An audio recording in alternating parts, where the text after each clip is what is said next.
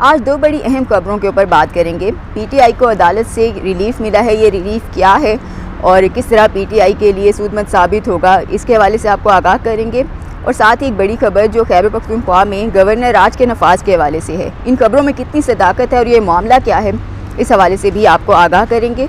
मैं हूँ सहरिश खान, मेरे यूट्यूब चैनल पर आपको खुशामदीद। सबसे पहले चलते हैं पीटीआई को आज क्या रिलीफ मिला है अदालत से। इंसदाद दहशतगर्दी अदालत की जानिब से पीटीआई के लिए एक अच्छी खबर आई है। अदालत ने शौकत खानम अस्पताल और नमल यूनिवर्सिटी के अकाउंट्स को डी फ्रीज़ करने के अहकामात जारी किए हैं और ये जो अहकामात हैं और इनके ऊपर प्रोसिक्यूशन की जानिब से किसी किस्म का कोई एतराज़ नहीं उठाया गया, कोई मुखालफत नहीं की गई और ये कहा गया कि हमें कोई एतराज़ नहीं है अगर अस्पताल और यूनिवर्सिटी के अकाउंट को डीसीज़ कर दिया जाता है तो। और अलीमा खान के जो आईडी कार्ड के मुताबिक गवर्नर स्टेट बैंक को अकाउंट डी फ्रीज़ किए जाने से मुतल्लिक अदालत से इस्तदा भी की गई थी। और जो जज केस की समाअत है वो खसूसी अदालत के जज अमजद अली शाह ने की है।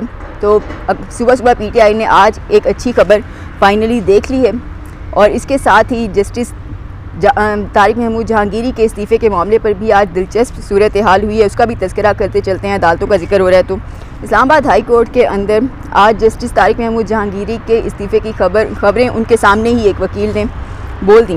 वकील थे ये एडवोकेट हाफिज़ अरफात अहमद और इन्होंने जस्टिस तारिक महमूद जहांगीरी से ये कहा कि बड़ी तशवीशनाक खबरें हमें सुनने को मिल रही हैं और आप जैसे आज़ाद जजिस से ही ये निज़ाम जो है वो तवाना रहेगा। वकील साहब ने मज़ीद ये भी कहा कि जो कुछ सुन रहे हैं वो बहुत अफसोस वाली बात है और आपने इस अदालत के लिए बहुत कुछ किया है, हमें ऐसी खबरें नहीं सुननी। उन्होंने ये भी कहा कि इस निज़ाम में आप जैसे आज़ाद जजिस को होना चाहिए। उन्होंने अपनी बात मुकम्मल की। जस्टिस तारिक महमूद जहांगीरी ने उनकी बात सुनी, तहाँ वो बिल्कुल खामोश रहे। उन्होंने किसी किस्म का कोई जवाब नहीं दिया और बिल्कुल भी कुछ भी उन्हें रिस्पॉन्ड नहीं किया। तो अब चलते हैं अगली खबर की जानिब जो कि है खैबर पख्तूनख्वा में गवर्नर राज के नफाज के हवाले से। गुज़िश्ता एक दो रोज़ से मुसलसल खैबर पख्तूनख्वा में गवर्नर राज के नफाज की खबरें मीडिया पर, ख़ासतौर पर सोशल मीडिया पर गर्दिश कर रही हैं और अब तो इलेक्ट्रॉनिक मीडिया पर भी 6 नाम भी चलाए जा रहे हैं कि ये 6 नाम जो हैं जिनमें कुछ सिविलियन और सियासतदान और फिर कुछ मिलिट्री के कुछ जो रिटायर्ड जनरल हैं वो शामिल हैं, तो इनके नाम जो है वो ज़ेर गौर हैं और खैबर पख्तूनख्वा में गवर्नर राज लगाने की तैयारियां हो रही हैं। तो तासुर ये दिया जा रहा है कि अब जो इस्टेब्लिशमेंट है और सुहेल आफरीदी वज़ीर आला खैबर पख्तूनख्वा उनके ताल्लुकात इंतहाई ख़राब हो चुके हैं और मज़ीद अब सुहेल आफरीदी इस्टेब्लिशमेंट को इस सूबे के अंदर मंजूर नहीं है और वो उनको काबिल कबूल अब वो मज़ीद नहीं रहे तो उनको बर्दाश्त नहीं किया जाएगा, जिस तरह की हिकमत अमली वो दिखा रहे हैं। ख़ासतौर पे अब जो उन्होंने रिसेंटली जुमेरात के दिन जितना एक तवील धरना दिया अडयाला जेल के बाहर और जिस तरह की उन्होंने बातें की, बाद में फिर खैबर पख्तूनख्वा के में जो एक इजलास भी उन्होंने बुलाया पार्टी वर्कर्स का, उसके अंदर भी उन्होंने यही कहा कि अगर इमरान खान से मुलाकात हमारी इस मंगल को नहीं करवाई जाती तो फिर एक बड़ी जो एहतजाज की कॉल है वो भी दी जाएगी। और साथ ही मंगल के रोज़ तमाम कारकुनान जो हैं बड़ी तादाद में वो अडयाला जेल के बाहर पहुँचें और वहाँ पे भरपूर एहतजाज करेंगे अगर मुलाकात ना कराई गई तो अब जो है इस सुहेल आफरीदी की सारी जो जारहाना हिकमत अमली है और पॉलिसी है उसका अब ज़राए के मुताबिक एक हल निकालने की तरफ बढ़ा जा रहा है और सूबे के अंदर गवर्नर राज लगाने की जो खबरें हैं वो फैलाई जा रही हैं। और इसके साथ ही इतलात ये भी हैं कि ये इन खबरों में फ़िलहाल अभी सदाकत नहीं है और ये उनके लिए एक अंदिया है, उनके लिए एक अलार्मिंग, वो उनको एक अलर्ट जारी किया गया एक तरह से कि अगर आपने अपनी हिकमत अमली अपनी पॉलिसी को नरम ना किया, कुछ मुनासिब आप नहीं आए मुनासिब हिकमत अमली पर, तो फिर सूबे के अंदर गवर्नर राज लगा दिया जाएगा और आपको हटा दिया जाएगा।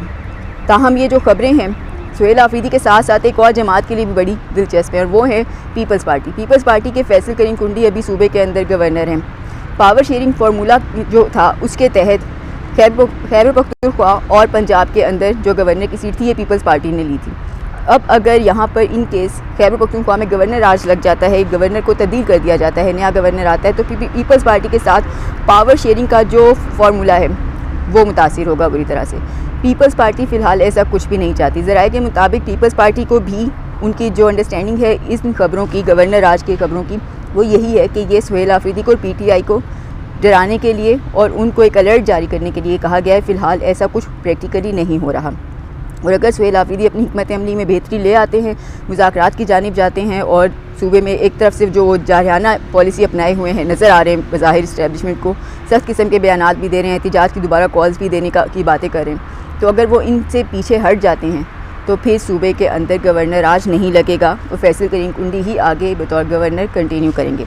तो अगर उन्होंने सुहेल आफरीदी ने ऐसा कुछ वो अपनी हिकमत अमली को इस्टेब्लिशमेंट की मर्ज़ी के मुताबिक ना ढाला और जारहाना पॉलिसीज़ मज़ीद उन्होंने बढ़ाई तो वाकई ये खबरें बिल्कुल सच भी हो सकती हैं। तो उस सूरत में पहले पीपल्स पार्टी को ज़राए के मुताबिक पहले उनको एतमाद में लिया जाएगा, और फिर उसके बाद सूबे में गवर्नर राज के नफाज की जानिब बढ़ा जाएगा। तो अब तक की वीडियो से इतना ही। अगर आपको वीडियो पसंद आए तो लाइक, शेयर और चैनल को सब्सक्राइब ज़रूर कीजिएगा। अगली वीडियो में जल्द ही नई खबरों के साथ शामिल होंगे।